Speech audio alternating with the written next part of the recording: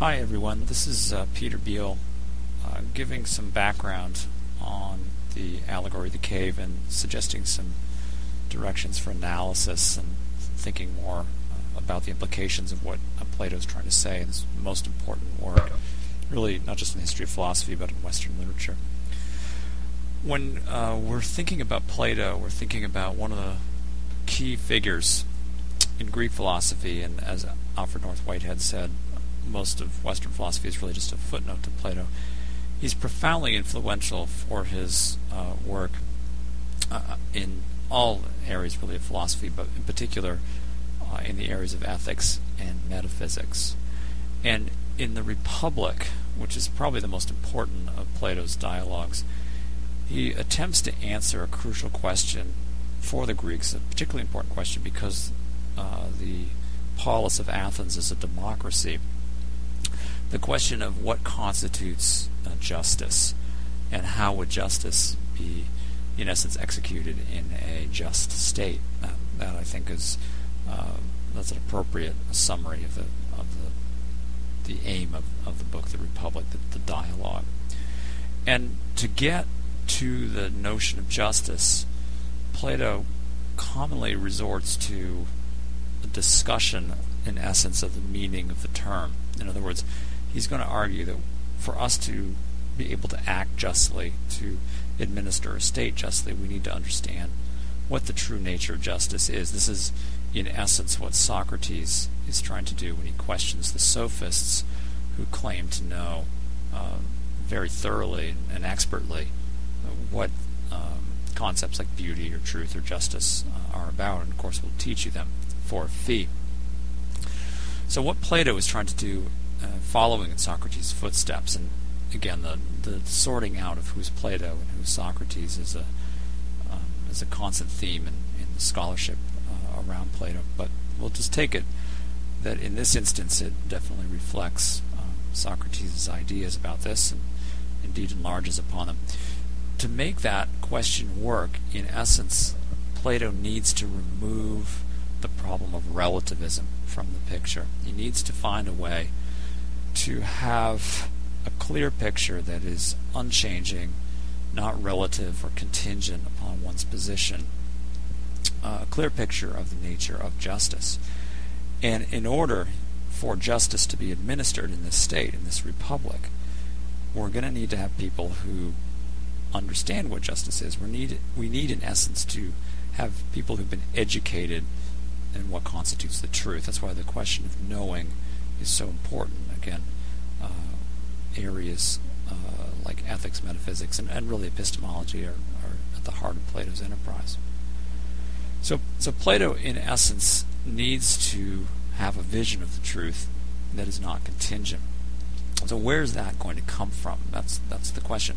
Well, the first thing that needs to be sorted out, according to Plato, is, and it's much in the same vein as Socrates' claim that the one thing he knew for sure is that he didn't know. Plato needs to get us to think about what we know and what we don't know. And so he's going to begin by considering the problem of what we might describe as empirical knowledge derived from the senses. In other words, what do we know about the world from observation?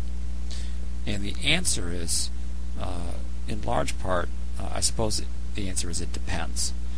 And it depends upon the degree to which the knowledge that we gain from observation is conditioned or tempered or controlled by the faculty of reason. I think that's a good way of beginning to summarize the situation.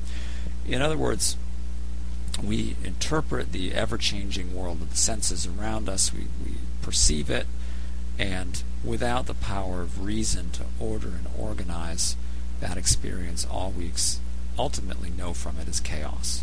Okay, we do not have the pattern, we don't have the power to discern pattern or associations of cause and effect, or any of these kinds of structures that in Plato's view ultimately point to a higher idea of knowledge, one that will be crucial in considering the Allegory of the Cave. So in essence, for Plato to create a realm of knowledge that's not contingent and subjective, what he needs to do is is basically posit that real knowledge, really real knowledge, knowledge that doesn't change, or knowledge that's not contingent, that really real knowledge comes from some place. We can't necessarily give it a geographical location, but someplace beyond the realm of everyday experience.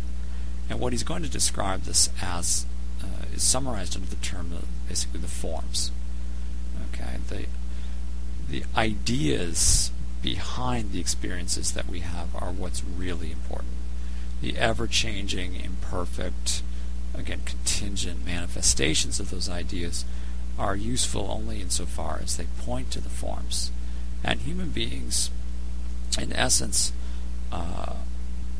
they're able to some degree to perceive the forms, but it's always, if we're talking about the realm of the senses, always in some way imperfect. It's not complete. It's not wholly true, so to speak.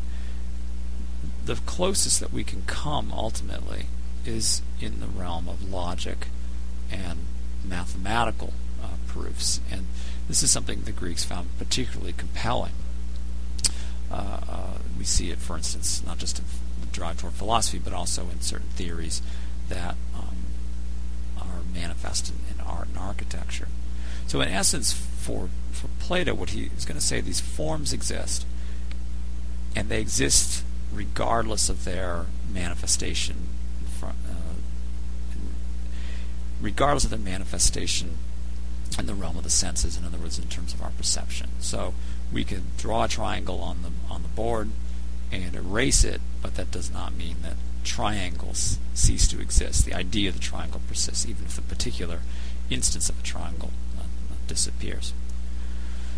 So we have, according to Plato, this avenue to the truth, essentially the realm of the forms. Now, the question, of course, is how can we get people in a state, we'll call it the Republic, just like Plato does, to understand that the perceptions they have of the world are imperfect, incomplete, or even downright fictional. And to do this, he creates a very poetical allegory. An allegory is a story in which the characters and the actions are ultimately demonstrating something else, or pointing to something else, not what actually is happening, but a kind of metaphorical reading of what's happening is what's important. And it occurs in Book 7 of the Republic, and as I've already said, is one of the most famous passages in Western literature, not just in Greek literature, but in Western literature.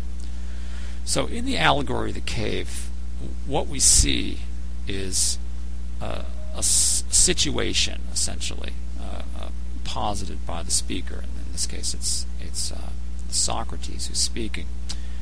And he is basically setting out for the listener a situation where we have a group of people who are described as prisoners. Okay, the passages in the text say, imagine the condition of men living in a sort of cavernous chamber underground. Okay, so there they've been from childhood, chained by the leg and also by the neck, so they can't move and can only see what's in front of them. And what they can see, all right, is the light of a fire, okay, which is projected on a wall in front of them, and a track, as it's described here, with a parapet, a kind of rail built along it, with puppets that are shown, and with various sound effects supplied. Okay, as it says here, imagine persons carrying along various artificial objects, figures of men and animals, what have you. Some will be talking, some will not. And the person he's talking with says it's a strange picture, he said, and a strange sort of prisoners. And Socrates argues this is like ourselves. In the first place, prisoners so confined would see nothing of themselves or one another except these shadows, right? And they would have seen basically the same thing regarding the objects. Everything would have been created by this light and this essentially puppet, the shadow play. And if they could talk, continues Socrates, they would have to assume that whatever they talked about could only refer to those passing shadows. And the only thing they could talk about in terms of what they heard is, again, what sounds were made by those shadows. Okay? And so on, or their own conversation about it. In essence, such prisoners would recognize as reality nothing but the shadows of those artificial objects. Okay? And so it seems to be the case that Socrates is arguing for a theory of knowledge that's rooted in our perception. So the only way in which we know things is ultimately through our senses. Again, this empirical theory of knowledge. And then Socrates decides to change things a little bit and to say, now suppose that a prisoner was set free. Right? Suppose a prisoner was able to get up and walk out of the cave, right? To head outside, right? As it says here, suppose one was set free and forced suddenly to stand up and walk with the eyes lifted to the light. And these movements would be painful. You'd be too dazzled really to clearly see. And what do you think the reaction would be, continues Socrates, if someone told him that everything he'd seen before was meaningless illusion? And now that he was out in the true light, he was seeing objects as they really were, right? Would he not be perplexed and believe the objects now shown to be not as real as what he formerly saw? And then suppose he had to look at the firelight itself, right? All of a sudden everything's being made clear, right? And this would be certainly a problem. He would escape and try to turn back to that shadow play that he saw before. And then suppose that somebody took him further out of the cave, right? He's unshackled. He saw the fire. Now he's being led out of the cave altogether until he's hauled out into the sunlight. Right? Would he not suffer pain and vexation in such treatment, finding his eyes so full of its radiance, the sun's radiance, he could not see a single one of the things that he was now told were real? Right? And then it continues. How would he be able to see? Well, it'd probably be best to look at shadows or reflections, and then perhaps later on the things themselves, or to look at the heavenly bodies in the sky by night rather than looking directly at the sun, and so forth. In other words, much like one is thinking about Plato's theory of knowledge through allegory rather than trying to comprehend it directly. Lastly, he would be able to look at the sun and contemplate its nature as it is itself, and again be able to draw truer conclusions about the world than one might be able to derive from perceptions within the cave. Okay? And then Socrates follows this by saying, okay, if this individual has left the cave and now understands everything, what is going to be the next reaction of this prisoner to a situation, this former prisoner? Well, suppose that he decides to go down into the cave and point out to his former prisoners that, in fact, what they should do is get out of the cave and go see the sun for themselves, right? That what they were being treated to in their chained, restricted, confined condition was nothing more than a series of shadow plays, right? Would that former prisoner, for instance, be happy to go back then at that point in time? Then would he want his former condition, right? And what would happen, in fact, if he went back down to that cave and tried to tell his prisoners about this news, right? Well, of course, what would happen would be that his eyes would be unused to the darkness, right? He might be asked, right, to show that if he really knew what he was about, then he'd be able to, for instance, to comment on these shadows that were being made in the cave. And again, he would not really look like he or sound like he knew what he was doing. In other words, he wouldn't sound particularly intelligent. And indeed, posits Socrates, the people who would see and hear this former prisoner would note his incompetence and his unease, and they would say that he had gone up only to come back with his sight ruined, right? That he went out into the sun and wound up being crippled essentially by the experience. So it was worth no one's while even to attempt the ascent because of this possible effect of it. And indeed, if they could lay hands on the man who was trying to set them free and lead them up, then they would turn on him and kill him to prevent exactly the kind of situation that Socrates describes of this disability essentially induced by the cave. And what Socrates is trying to tell Glaucon here is that the prison dwelling is this correspondence aspect of allegory, corresponds to the region revealed to us through the sense of sight. In other words, the senses in general, and the firelight within it to the power of the sun. Right? So in other words, the real world in terms of our perceptions, what we observe and experience every day, is like the sense of sight, the power of the sun. And then to see things in this upper world, in essence this realm of the forms, you may take as standing for the upward journey of the soul into the region of the intelligible, that is to say, the truly real, the truly true. then you will be in possession of what I surmise, since that is what you wish to be told. Heaven knows whether it is true. Right? You can't confirm it. It's not empirically confirmable. But this, at any rate, is how it appears to me. In the world of knowledge, the last thing to be perceived, and only with great difficulty, is the essential form of goodness. Once it is perceived, the conclusion must follow for all things, that this is the cause of whatever is right and good. In the visible world, it gives birth to light and to the Lord of light, while it is itself sovereign in the intelligible world, i.e., we can't see without it, and the parent of intelligence and truth. Without having had a vision of this form, and by form he means the idea of good, no one can act with wisdom, either in his own life or in matters of state. All right? So, in essence, what he's describing is the process of education of these potential leaders of the ideal city, the Republic, and what will be required to have individuals who can govern, who can administer justly. Right? So as it continues, right, you may agree it's no wonder if those who've reached this height are reluctant to manage the affairs of men. This is the problem with the Republic. In other words, what they want to do is spend their time in the realm of pure intelligence, and not in, say, the realm of politics or law, where the actual execution and administration of justice happens.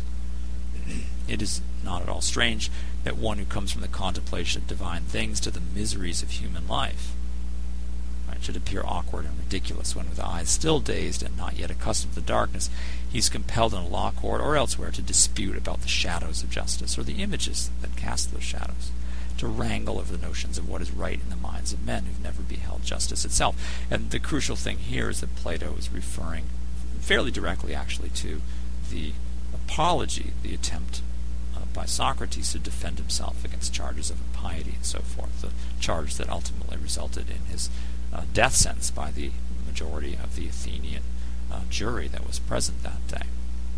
So, in essence, the Allegory of the Cave presents us with a couple of important, very interesting problems.